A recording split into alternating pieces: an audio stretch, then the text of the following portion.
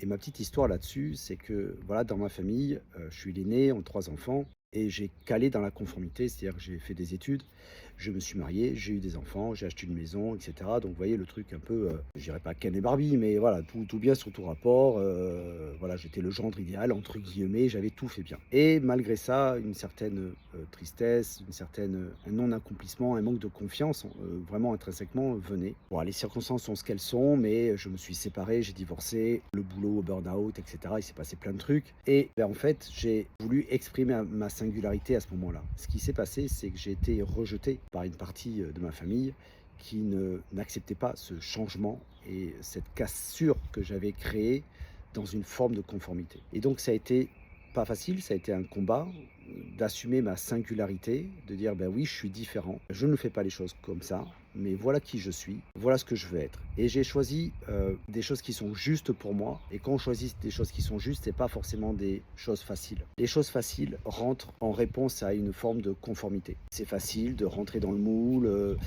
d'être salarié, de entre guillemets, de toucher son salaire tous les mois, de rester dans un couple qui va pas, mais bon, on veut pas blesser papa, maman et cetera et cetera.